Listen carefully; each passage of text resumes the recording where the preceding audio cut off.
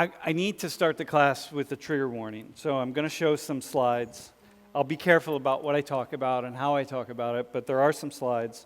I'll let you know, I think, if I remember, before I put them up. Jeff, you make sure, let me know, okay, before you put them up. Here's what I'm doing today.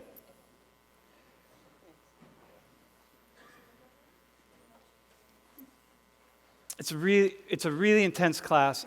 I'll tell you halfway through why I'm doing it. I'll tell you the backstory on it.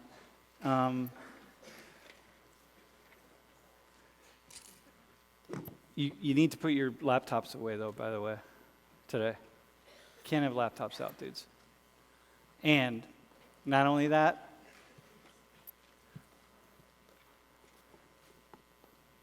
just in honor of what I'm talking about, it would be really, don't be disruptive. If you need to be disruptive, just fall asleep. Sleeping is fine, but it's too intense. This is a really intense class for me in particular, and it's going to be for you. So just want to put that out there. And I'm ending the semester on it just because I never got to it. And it feels like I want to leave you with some things to think about. I just want to break through this idea of ethnocentrism, this sense that we're better than other people. My culture, my country, my people, my family, my friends, my school, my fraternity, my sorority, my class, my whatever, we're just better than other people. And mostly what I've seen throughout my relatively short life is that most people all over the world are the same. And so when I look at all these flags here, I think, yeah, well, there are some differences in the flags, but, you know, I'm a student of history, and I'm a student of politics, and I'm a student of sociology and economics, and I dig into things more deeply than most people. And when I dig into things more deeply than most people, I find that much of what appears to be different between countries and people and cultures is really mostly the same. So I'm going to give you an example of how that is. Next slide. So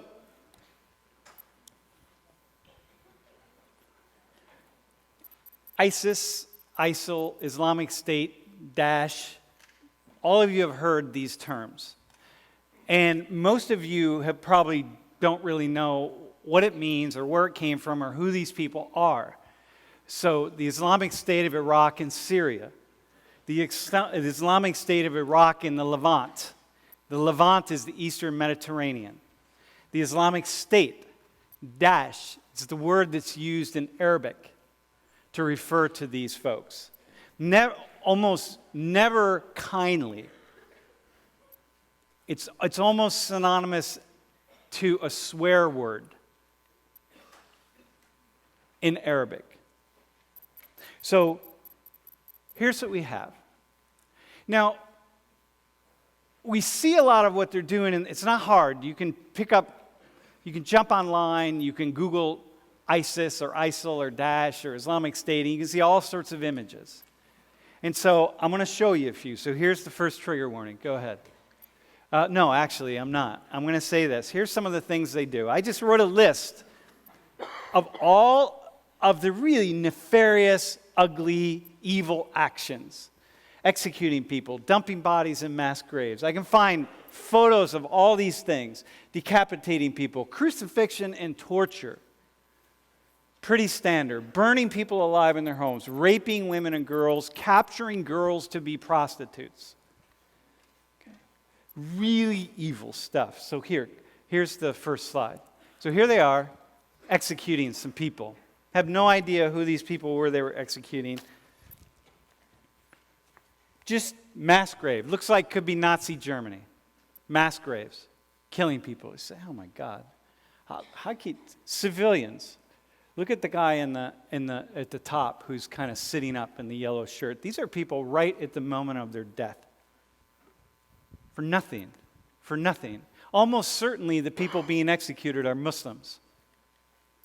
And almost certainly all these people think they're just better Muslims. Next one. Here are bodies that they put into a truck and they're carting away to bury them in a mass grave. Innocent people that were killed. Okay. Next slide. Here's a guy beheading somebody. So, sorry about that. I'm telling you, it's trigger warning. So just he's beheading somebody. I could just find slide after slide of this. Next one. Here's a guy getting beheaded. He's got a big machete springing down on his head. Next one. Here's some young girls that have been taken as prostitutes. So they were forced to be in captivity with these so-called fighters with ISIL, ISIS, these fighters, and be prostitutes for them. It's like, man, seriously? Go to the next one. So here are these guys. Evil. Man, just pure evil. You think, if I could see the world from the eyes of this guy right here for 10 seconds, I would give any amount of money, 10 seconds, to know what it is that could lead to such evil actions. You think, wow, who are these guys? Like, who are they? And we actually know a fair amount about them. Go to the next slide. And it starts, I'm going to do this history thing very quickly. It starts right here in the Cold War. It's very simple, you all. After World War II,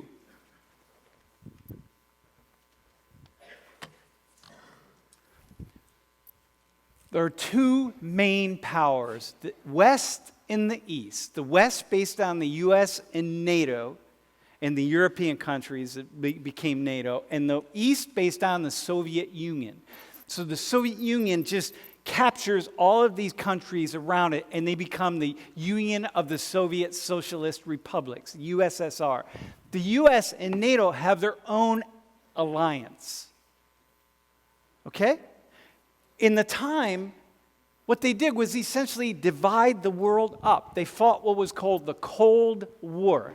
It was never hot because these two countries here didn't fight each other, but they fought each other in proxy wars all over the world.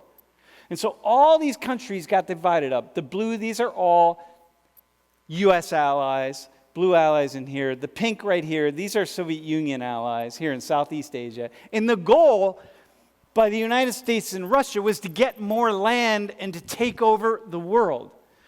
The Soviets wanted to turn the world into a communist joyland. And the U.S. and the Western Europe wanted to turn it into a capitalist joyland. Whatever it would be for them. And so they fought, and we fought all over. And then what happened was the Soviet Union broke apart. A little over 25 years ago. And as it broke apart, Russia emerges, continues, but all the states that had been connected to the Soviet Union started to fall out of that empire. So you have the Ukraine, Tajikistan, Kazakhstan, all these countries. Now we're still fighting here. And what happened was these countries that broke away are poor. They're poor and they're unequal. Incredible amounts, extreme amounts of inequality. So all of these people that were connected to this empire right here, not all of them, but many of them are now left with no structure, no umbrella, nothing to fall back on. They're incredibly impoverished, many people. Beautiful opportunity at the same time in the Middle East to have these wars by the West for oil, primarily, and to continue to fight these proxy wars and to have power and oil. So we're fighting in the Middle East for resources. They're our allies, so you have, like Kuwait, and you have Qatar, and you have Saudi Arabia, and so on, allied with us. And we're going to battle it over oil. We're going to battle it out. And so the Soviet Union, was the Soviet Union, is now Russia, they're like instigating conflict in the Middle East. And we're instigating conflict in the Middle East, and we're battling it out. And things begin to fall apart in lots of different countries. And when things fall apart, people who have been on the outside of power search for power somewhere. And so you got all these guys like this who are never going to go anywhere in their societies. They don't have resources, they don't have power, they don't have anything. Only because the people who were in power, they're going to hold on to the power. They're going to share it. So these guys are left on the outside. And it doesn't take much to mobilize them around some radical ideology. Just like, yo, you want to get your life together? Follow me. And then I can hold up this book and I can preach whatever I want to preach. But the most convenient thing to preach is Islam. And I may be illiterate and I may know nothing, but I can just say something. And I can hold this book up and say, here are the words of Allah. And I can get these guys to be like, wow, whatever, it doesn't matter what you say because we're going to follow you no matter what it is. Because we're disenfranchised, we're poor, we're powerless, and we've been beaten down for years and years and years. So we're just going to follow you. So it's not about Islam because the people preaching some kind of Islam got it completely wrong. Nothing they say is in the Quran. It's like, remember, Hitler said, ours is a Christian movement. National Socialism of Hitler is a Christian movement. It's not Christian. This isn't Islamic. There's nothing about this at all that is Islamic. All you have is some guy saying like, hey, this is what it's going to be, and people follow, but they're going to follow regardless because they're disenfranchised, poor, and angry. So they're going to go, and they're going to commit horrific atrocities because it doesn't take much to brainwash people into committing horrific atrocities. The vast majority of the Muslim community around the world doesn't even come close to supporting these guys. My God. I hear people say, well, if only 10% of Muslims do. Dudes, if 1% of Muslims support them, how about like 0.006% of Muslims? They basically have almost no support in the Islamic community around the world. But they're evil, and you got to stop them. You got to stop them. And unfortunately, in trying to stop them, we're creating more of them. Because the more we bomb, and the more civilians die, and the more civilians die, the more people are turning around to voice their anger, to voice their rage and frustration at somebody. And so it just gets more recruits, these guys. Okay? Got it? This is the emergence. It's complex. I gave you such an unsatisfying discussion of that, but it's complex. But the key goal is, it's essentially a poor move. Many of the leaders might be really smart and educated and so on, and have money, but all the followers are going to be poor. Okay? It emerges out of fractioning. Okay, so here we go. Now, when you can put that back. Yeah, no, go back. Yeah, right there. So here's the deal, y'all. I look at these guys. Can you go back one slide? Remember when I said, now the lecture is starting. I needed to start there. Are we all in agreement that these guys are evil, right? It's fundamental. This is Donald Trump, Barack Obama. Everyone's like, we got to stop these guys. We got to stop them. We got to stop them. We got to stop them. And so we're going to stop them. We're going to try. Now, here's the deal. I started looking at all the photos in ISIS. And I started asking myself, where have I seen this before? Where have I seen this before? How do you know about this? Where's this from? Who are these guys? Where in my history have I really come upon this? And then I started thinking, go forward one slide, about the Cold War. And here's something else in the Cold War. See this down here? See all the blue? The U.S. is fighting to hang on to all these countries that are blue. And all the countries that are blue become our allies. So we're going to support their governments. And here's the problem.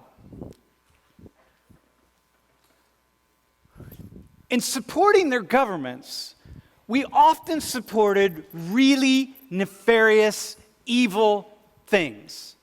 And when I start thinking about my understanding of what we've done, because this is the early part of my life, I realized the photos that I see of the atrocities committed by ISIS are the same photos that I see of the atrocities committed by people that are trained by the CIA and U.S. military, supported by American tax dollars. And I said, my God, if I want to understand ISIS, I need to understand us. Us. If I want to understand the supporters of ISIS, I need to understand American citizens, people like me, people around me. And so I'm going to tell you a story. And it's a really nefarious and evil story. But it feels to me as though those of us who are Americans, you can't wave a flag and really hold the flag if you don't know this story. You got to know the story. Those of you who are patriotic and you love the U.S. and you love who we are, you can be patriotic, but you got to know the other side of the story. So here we go. By the way, almost everything I'm going to tell you today is declassified information. So here's a page on Guatemala from the CIA. Okay? Declassified, you can find it online. I found it in 10 seconds. All this stuff. I've read all this stuff. I was very involved in these things. Let me tell you, go ahead. So here's where it starts for me. Back when I was the age of some of you, I was 22. I picked up that book on the left. In the book on the left, I just picked it up. I was at the library. I saw it. It's about Christians in Latin America. It's about the struggle for survival. It's the struggle for justice, Christians in Latin America. And I started reading it. And I couldn't put it down. Because it was this woman, Penny Lareau, told the story of Christian communities all over Latin America. Missionaries, priests, nuns, bishops, who had been oppressed in some way, murdered, tortured, disappeared by the governments that my government was supporting with tax dollars, military weapons, and military training. And I started reading this thing. And as someone who knew nothing about it, I said, this can't possibly be true. Because if it's true, we wouldn't kill Christians. We wouldn't be killing missionaries. We wouldn't be killing bishops. We wouldn't be killing priests. We wouldn't be killing nuns. Like, you might kill people who are maybe going to be communists. Because, see, can you go back to the map? The issue here is, see all these places in blue? Right? The idea is, if there's any movement for justice and equality, you have to stamp that out. Hang on, actually, I'll get to that in a second. So, we wouldn't be killing the religious people. And what she did in this book was highlight the hundreds and, in fact, thousands of Christians who were killed by the very governments that we were supporting, directly supporting. I don't mean like indirectly. I mean knowingly and directly supporting. And I thought, holy God.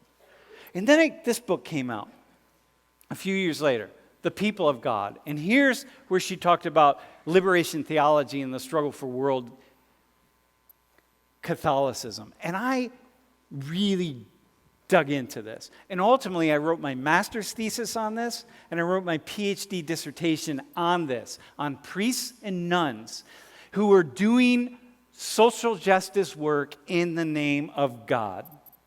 Met lots of amazing people. Amazing people. People who put their lives on the line. People who have been tortured by our government. People trained by our government. People who had family members killed. People who were living and operating day by day in these really dangerous conditions. Like, oh my God, amazing folks. And then one time, I was in Central America. I was in Nicaragua. I don't know if I mentioned this story. I was on my way to deliver some medicine to a Guatemalan refugee community. And this was in the middle of the Civil War in Nicaragua. And I'm walking into this little town, and I arrive. I hitchhiked, actually. Those of you who are from Pittsburgh, I hitchhiked with the roommate, the guy who got drafted with Roberto Clemente by the Pirates organization, and he was his roommate for the first 2 years. So he gave me a lift, and then he went his way, and I went my way. And I was walking down the street, and I hear this sound, this voice. I hear this voice says, "Oye, gringo, ¿qué haces?" And I look, and there's this old woman sitting on this porch. And I go up to her, and I said, we start talking. And I sit down on her steps, and she's asking what I'm doing there, and I tell her, and I say, "Hey, what happened to your house?" And in the war, the front part of her house got blown off by a shell because of the fighting. And it was a war that was supported by my government. So the shell was made in America, and she had nothing to do with it.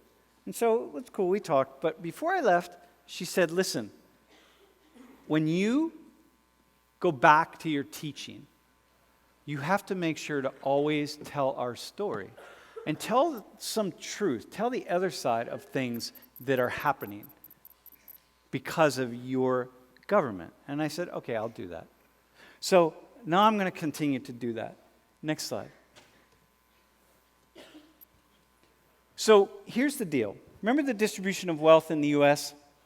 Imagine that these people down here, not only are they poor, not only do they not have money, but imagine that they cannot feed their families. They can't feed themselves, and they can't feed their families. Now in the U.S., most people who are down here can go to a food bank, soup kitchen. Even if you have nothing, you can find something. You can get some way. There are people who go to bed hungry in the United States, but not that many. So imagine this. 120 million people in the United States can't feed their families at all, are going to bed hungry every night. How quickly will we have a revolution? Would people be fighting in the streets? How quickly? Within weeks? Months? Would people be fighting in the streets, bro? Yeah. Would you be fighting in the streets if you couldn't feed your family and you had guns and you were like, and you got other people over here calling for a revolution, and these people are really rich? How many of us would be fighting in the street? How many of us would go to war? You can't feed your families. And you got rich people who are out there. Seriously, raise your hands. That's it. Raise your hands. No, I want to see. How many would be fighting? Really? Bro, you wouldn't fight? You would fight? Well, raise your hand. I want to see hands. How many? I would be fighting. If I was watching people being really rich, dude, you wouldn't fight? Yeah. All right. So here's the deal. So imagine Central America. Imagine all these Latin American countries, and all the resources are going up here, and people are really poor. And what do? They come up with an ideology connected to Marxism and communism, the alternative. And we say, "Oh, no, you can't have that.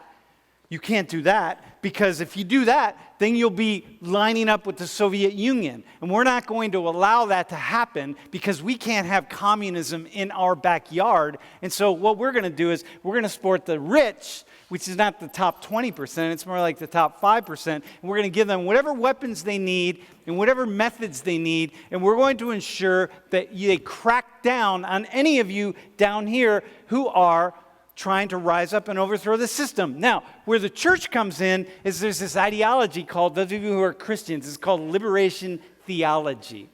And this is what I really wanted to study, because it's seeing Jesus Christ as the liberator. Jesus Christ came to earth primarily to support the poor.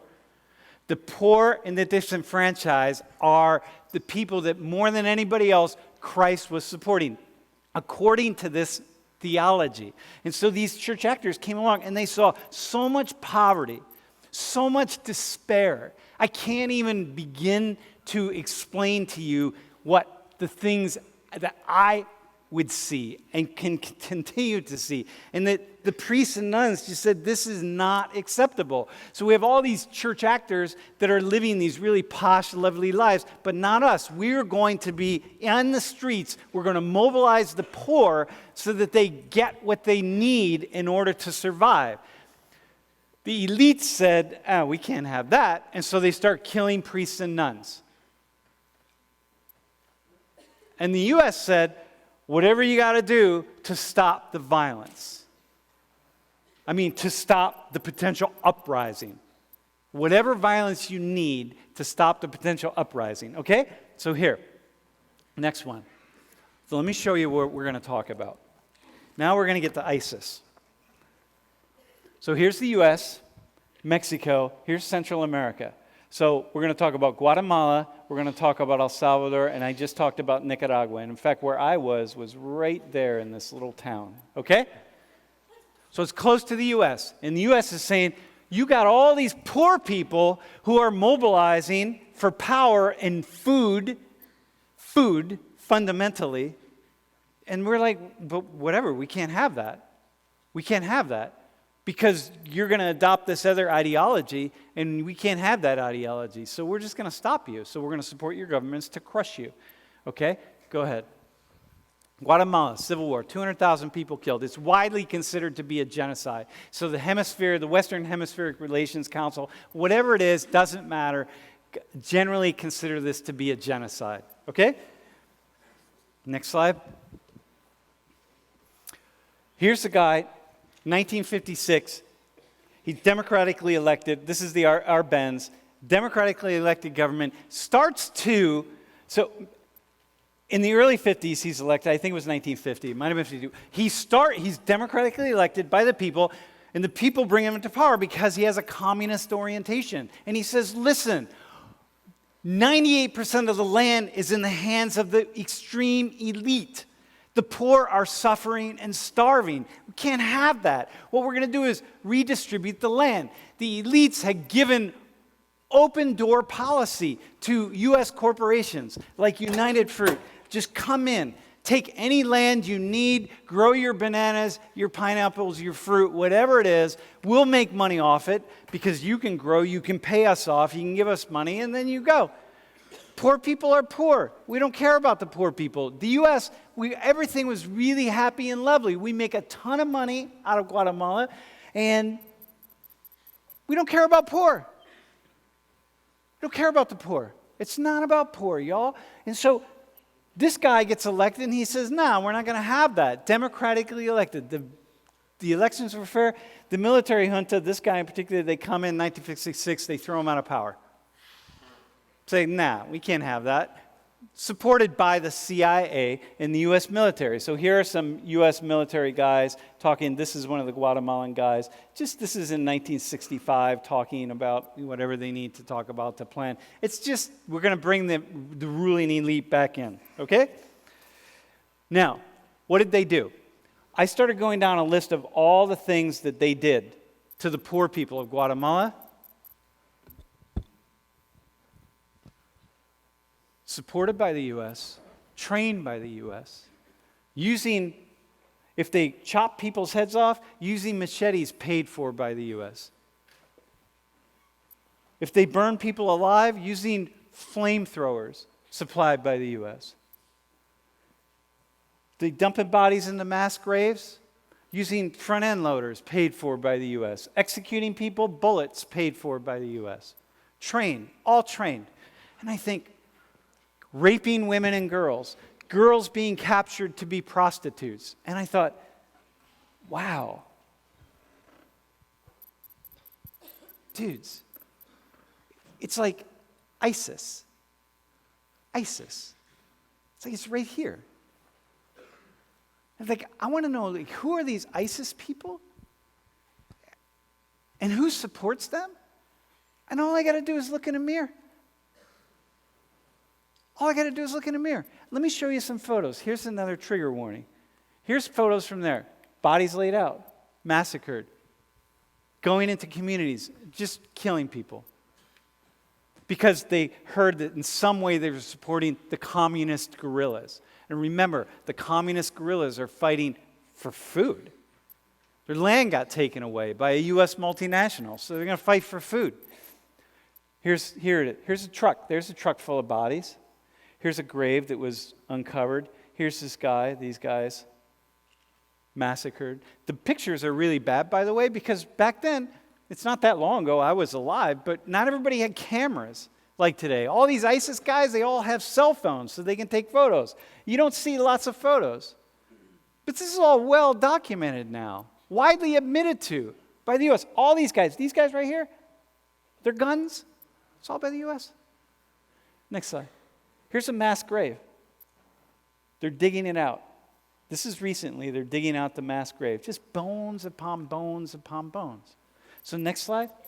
Here's an ISIS buried thousands in 72 mass graves. So there's a skull.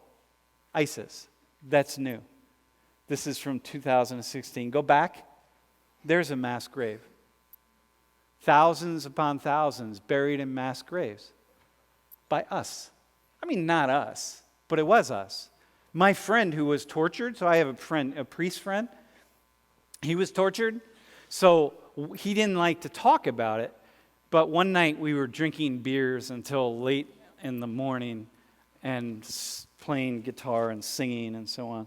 And he told me the story. And they captured him and they took him to a place and they tortured him, and he was blindfolded as he was being tortured, and an American was in the room talking. He's like, yeah, I know it was an American because he spoke English with an American accent. He's like the advisor guy. And I knew he was there anyway because I had heard that the American guy was there. And I think, God, mass graves. It's almost like you can't believe it. Like, I remember when I was reading these books, when I first started reading, and I couldn't believe it. It was such a shock to my system to even imagine that these things were happening in the world and that we were a part of it. And that when I think about ISIS and I think about us and I think, what's the difference? The difference is time, but this is still going on today, of course, with it we're supporting. It's not just them. I think, wow.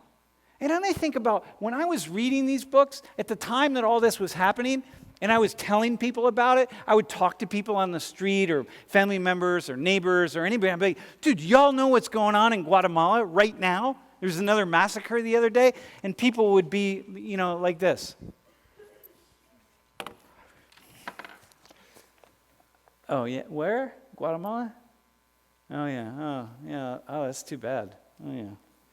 Hey, man, let's get some pizza. Just like that. Because you're thinking about it. Like, wow, crazy. Okay, go ahead. So here's the story. This guy right here, Rios Montt, Christian, hardcore evangelical Christian. He was the darling of Christians up here. There he is with Ronald Reagan. Ronald Reagan called him a man of great integrity. This guy was responsible for about 170,000 deaths in Guatemala. His policy was scorched earth. If they had any inkling that some community was in any way supporting the insurgency, remember the insurgency fighting for land, their food, these guys would just go in and scorched earth and just kill them. But he was the darling of the Christians in the U.S., which used to drive me crazy because they all knew what he was doing. They all knew what was going on. He did, Ronald Reagan did, his advisors did. It's now come out, it's come out through the Freedom of Information Act that this guy, Reagan, and his advisors knew exactly what this guy was doing, what was going on in Guatemala. But they were so bent on stopping this thing called communism, even though it was just being fueled by poor people. All you had to do is give people food, and they would have stopped fighting. But we didn't want to give food because greed said, nah, we can't do that. So go to the next slide. Here he is here with his little junta. Right? So here's what I want to do. I want to read a couple things. So this stuff that I just want to read a few things that have come out from the Truth and Reconciliation Commission. Again, that our government knew about the entire time. Okay? That they were giving them money. So here, working methodically across the Mayan region, the Army and its paramilitary teams, including civil patrols, forcibly conscripted local men, attacked villages, hundreds, many hundreds, 600 plus. Each community was rounded up or seized when gathered already for a celebration or a market day. The villagers, if they didn't escape to become hunted refugees, were brutally murdered. Others forced to watch, sometimes take part. Buildings were vandalized or demolished. Scorched earth policy was applied. The killers destroyed crops, slaughtered livestock, fouled water supplies, and violated sacred places and cultural symbols. That's what ISIS is doing. Everything I just read there could be exactly what ISIS is doing. You see, there's no difference at all. No difference at all. Zero. Children beaten. I won't even read. Every possible, most horrific form of killing you could imagine is what I would read right now, and I'm not going to read it. And it's the same thing that ISIS is doing. Okay? It's like, wow. Shit. And I think, if we want to stop ISIS, we should look at our own history. If we want to understand why they do what they do, we should understand why we did what we did. It'd be very simple. Go to the next one. So here's a nun, Sebuskan. So this guy is a war criminal, and she didn't get taken away. In fact, Rios Monk, continued to be a politician up into the year 2000, protected by the U.S. Amazing. Go to the next one. Here, this is what it was like. This is in Guatemala. See, when I was in Central America at this time, you'd see, these are the disappeared, los desaparecidos. So you'd see pictures and names all through the streets on the walls. It's like, these are the disappeared ones, the family members. They're gone. They just came and they were taken away. So you'd always see, have you seen my child? Have you seen, all over. It's like, man. See the same thing now in the Middle East with ISIS. In Syria, you can find walls in towns with pictures up of people saying, have you seen my loved one? That they took him away. Well, in this case, our allies took him away. Here you go, next one. Here they exhumed bodies. They went into some of the mass graves, community members, this is fairly recently, exhumed bodies, put the bodies in caskets, and now they're burying them in a cemetery. This is happening all over Central and Latin America.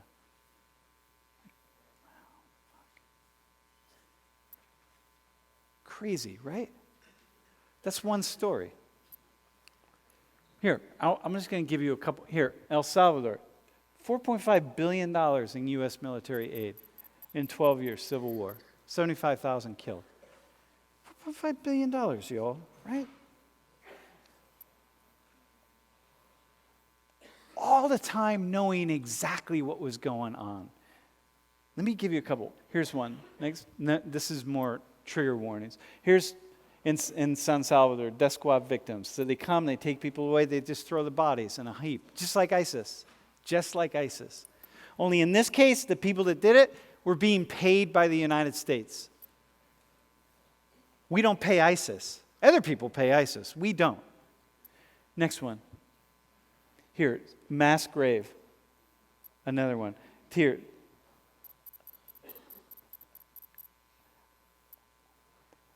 This Atlacatal battalion trained at School of the Americas in the U.S. Dude, trained here.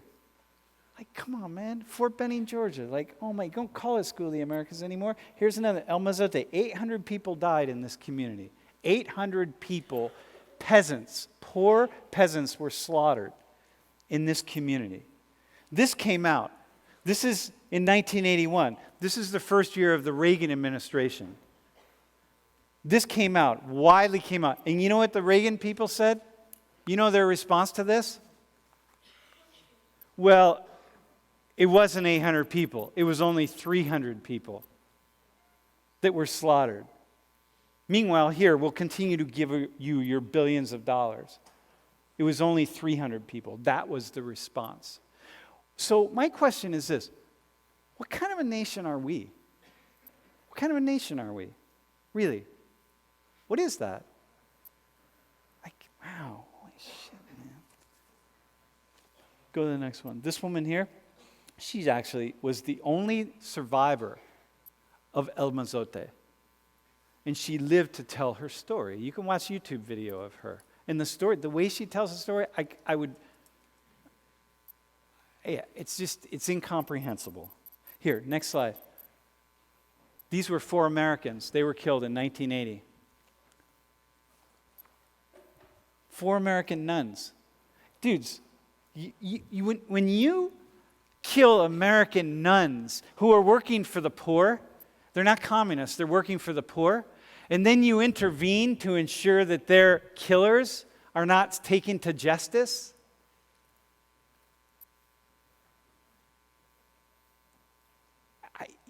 there's something going on that's beyond evil.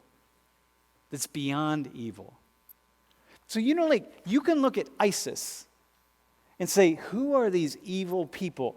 You could look at this. Look at those beautiful women. Nuns, y'all. Nuns working for the poor. A vow. They were Maryknoll nuns. They'd taken a vow of poverty to work with the poorest of the poor.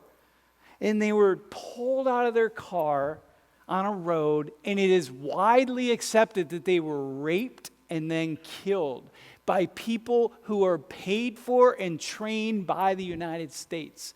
And when our government found out about it and knew about it and knew who it was, we did nothing except obstruct the investigation. It's like, wow. Oh my God. Oh my God. So I think about people supporting ISIS. And I think, I don't have to look any further than my own people here. You know what I mean? It's like, wow, fuck. Go to the next one. This guy. Here, this is them exhuming the grave. This is 2 of the women. So this is real. You got it? It's like it's real. It's not a game. It's not out there. It's real. Next one. This is Archbishop Oscar Romero. He's killed the day before he was killed. He was killed on a Monday. The day before, on a Sunday, he gave a sermon in the city, in San Salvador, in the cathedral. And he said, in the name of God, I beg you, I implore you, I plead with you, I demand that you stop the violence to the military being supported by the U.S. And the next day, they shot him down. And that's him laying on the floor. It's like, fuck. A bishop, y'all, right? A bishop. And we still obstructed the investigation. Why? Because we killed him. We killed him. And the way we got around it was by calling him a communist. And the way we got around the women, can you go back 1? 2? Go back 2? They were communists. That's how they were talked about in the American press. Oh, these 4 women, they were communists. Did they look like communists? She looked like a communist? Come on. It's okay to kill communists. Like, oh, man. Go ahead. Here's another one. 6 priests and their housekeeper were killed. All in the 80s, this war continued, killing and killing and killing. And in El Salvador in 1989, this was like a peak point because they went in, the military, the squadron, and 19 of the 26 people who were involved in this massacre had trained at the School of the Americas in the United States. And they had taken courses on things like human rights. And they went into the compound, it's a school, and they pulled all the priests out and their housekeeper and the housekeeper's daughter, and they shot them dead. Like, whoa. Crazy. So you can imagine, at this point in time, I was 29 years old. Busy. I had just started at Penn State. or no, I was living in Ecuador at this time. And you can imagine just my mind, just losing my mind. And here's the deal. Go ahead. I could go, there's a long list of countries. I gave you 2. I could go on and on. I could give you examples from all over the world of us paying, using our money to buy military weapons to oppress people and kill people. Supporting organizations just like ISIS. I don't have to stop here. I mean, how far do you want to go back? Where do you want to go? Name a country, we can make the connection. Here's a tiny, tiny list. It's like, wow, ISIS. Oh, I want to know ISIS. I should know this. And then I think, so who are the Christians? So now I want to say something to Christians. There's a movement here of these radical, violent Christians. And many of them connected to the Trump administration, by the way. Others connected to the Obama administration. It doesn't really matter, right? But these violent Christians. And if you watch that TED Talk that I did on Iraq, I mentioned one of these guys, but here, go to this one. So here's the one guy I mentioned in the TED Talk. Listen to what he says. This is very recently. So he was speaking, it's part of the Family Research Council. The Lord is a warrior, and in Revelation 19 it says that when he comes back, he's coming back as what? A warrior. A mighty warrior leading a mighty army, riding a white horse with a blood-stained white robe. I believe that blood on that robe is the blood of his enemies because he's coming back as a warrior carrying a sword. But now I've checked this out. I believe that sword he'll be carrying when he comes back as an AR-15. I've checked it out. It's an AR-15, and that sword today is an AR-15. You don't have one, go get one. He's telling the Americans, Christians, go get one. Because you're supposed to have one. It's biblical. Like, holy fuck. Really? Really? Oh my God. Oh my God.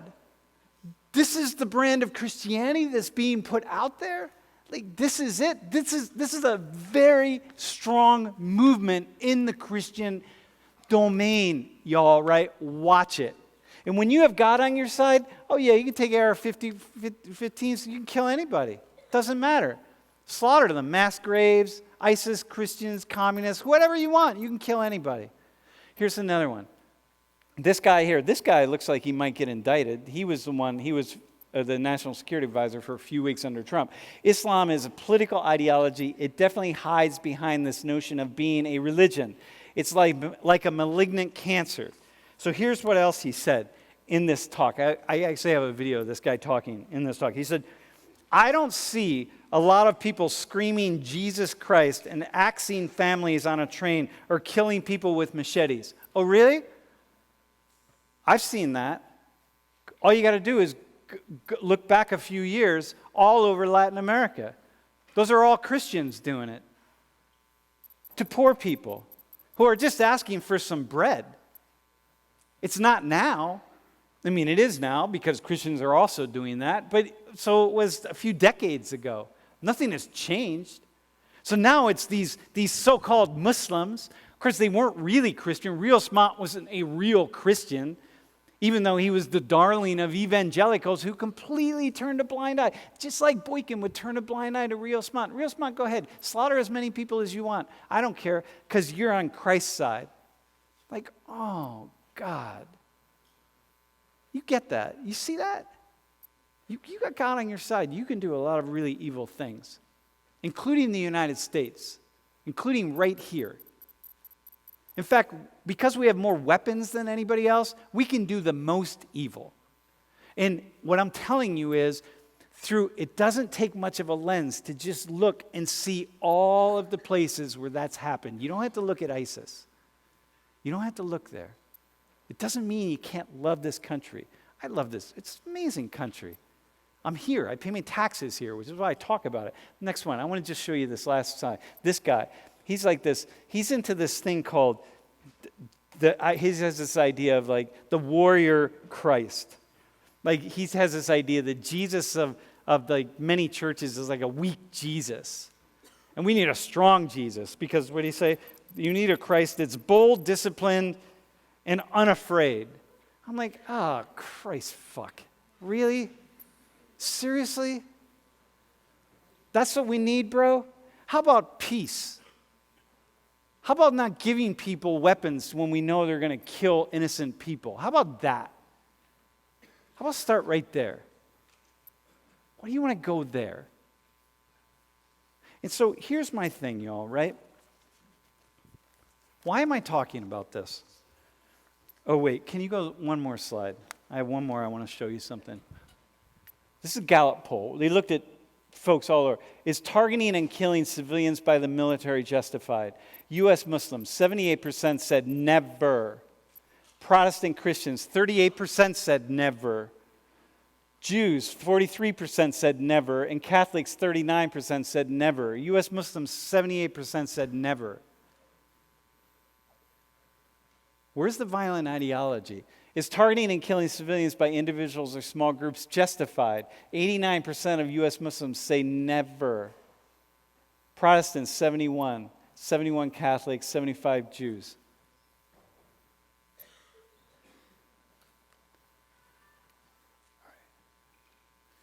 So here's the thing. Why am I talking about this? On the last day, like, do I got to really drop this on the last day? Can't we do something fun and laugh? It's like, no. No. You know why? Sometimes we do. We will. On Thursday, we'll have a lot of fun. But not today. And here's why.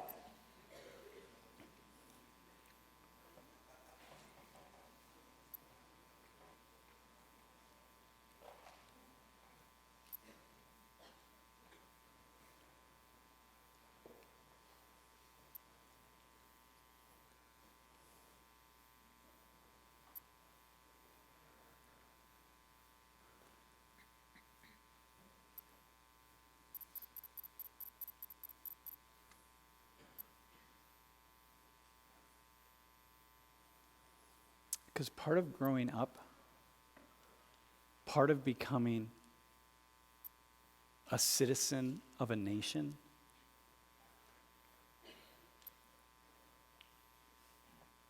is understanding with greater complexity everything that that nation does.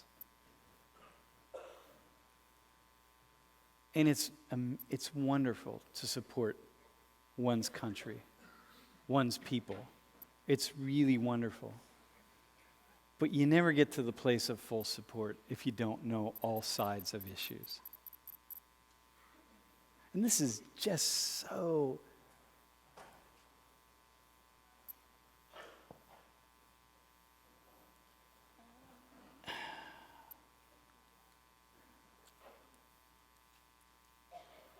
you got to be able to hold it all. The good and the bad, you have to hold it all.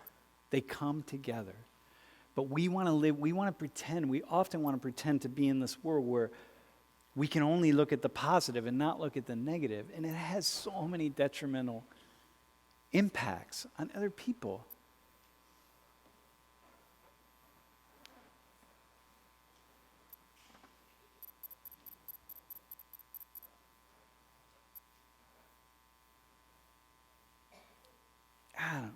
I wish I had it. I don't have a reason that I'm doing this. Other than talking to that old Nicaraguan woman and knowing people whose families have been killed, who themselves have been tortured, who've been harmed in so many ways, I can't even begin. It's like, gotta look at it.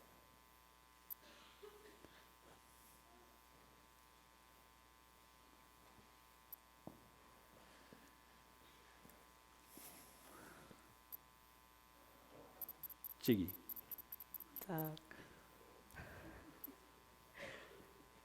Why did I do that class? What's it mean for you?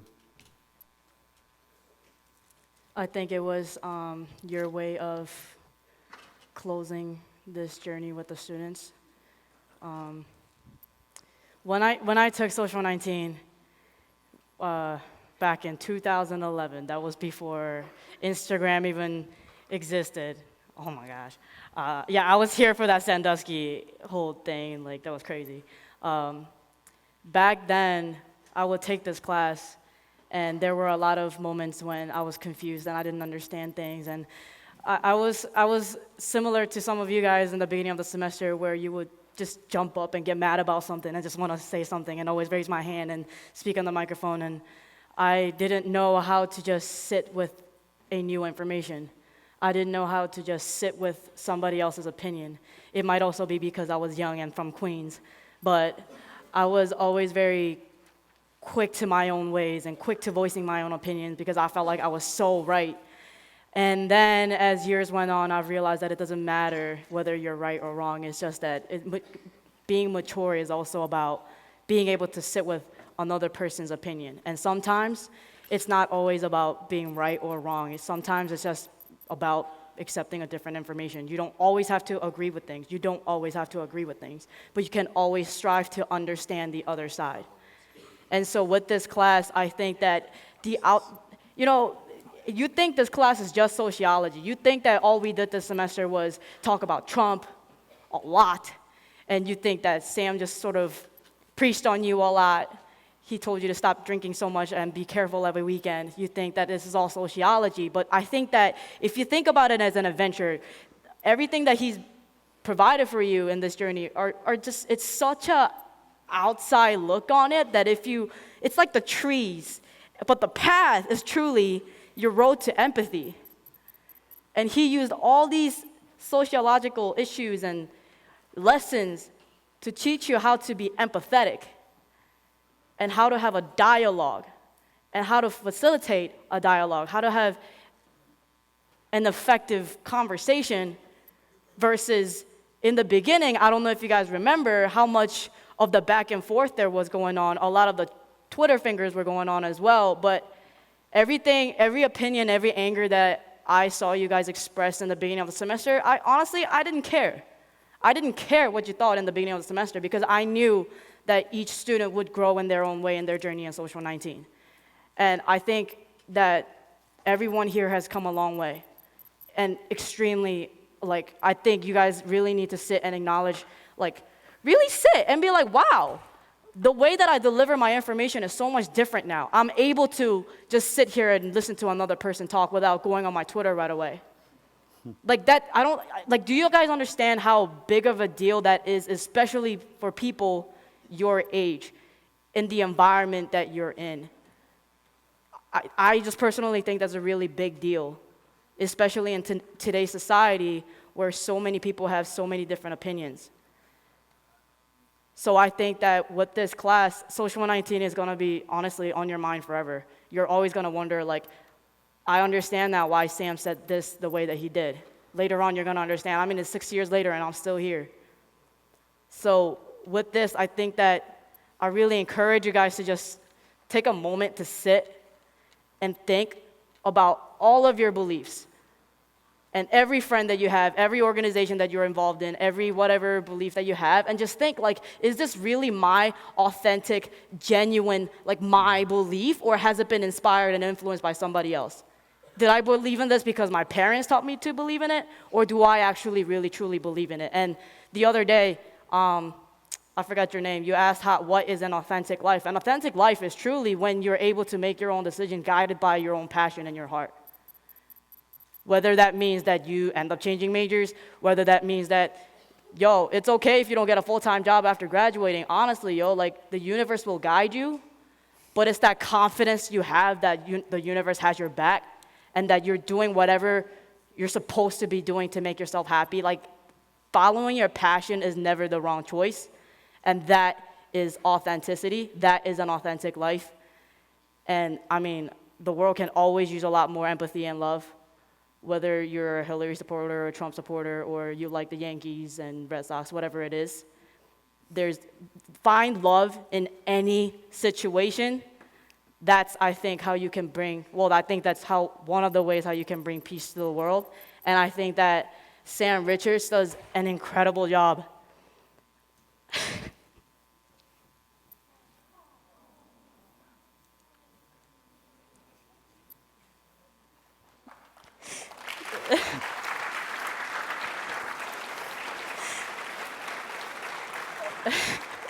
I'm crying because it's hitting me now that I'm about to move. But it's hard to do what he does. To teach a bunch of kids how to be empathetic is so hard. And I've only been doing it for 2 semesters, but he's been doing it for years, guys. Like don't ever lose touch with Sam. Like, even if you graduate or even if you're about to leave this class, like, always keep in touch with Sam. Like, people can always drop by Social 19. Like, never lose touch with what Sam is doing. Like, he hates that I think he's a superstar, but like, I don't think he gets enough credit sometimes. Like, really don't take Social 19 for granted. Don't take Sam Richards for granted. Don't take Penn State for granted, guys. Like, my journey with Penn State is like ending after 7 years of freaking living here, and I'm finally moving. But oh my God, this journey called Penn State is like really amazing, guys. Don't take that for granted. Thanks, Jig.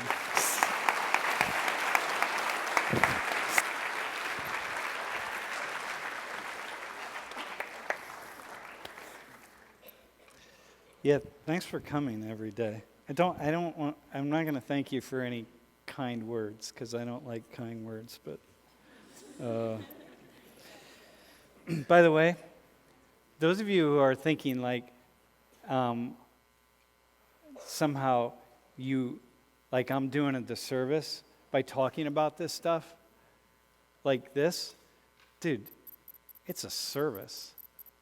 It's like, imagine if you have a perpetrator in your family, and that perpetrator, and many of you do, and that perpetrator never gets outed and never gets talked about. What happens? It's just poison. You can only get better and heal when you talk about these things. God, it's just sad. All right, dude, who's going to do the drawing? Yo, someone from that group, come up. Hey, by the way, look, I got to say something. It's really, I'm really kind of shy about these sorts of things. People make stickers. Like, I don't know who would want a sticker of me on their damn computer. But however, this group that's selling stickers, these are actually some really cool stickers, I got to say. So, dude.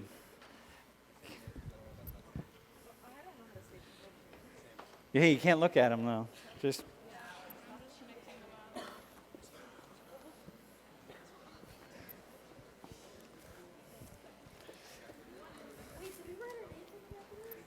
I hope you wrote your name on the back, dog.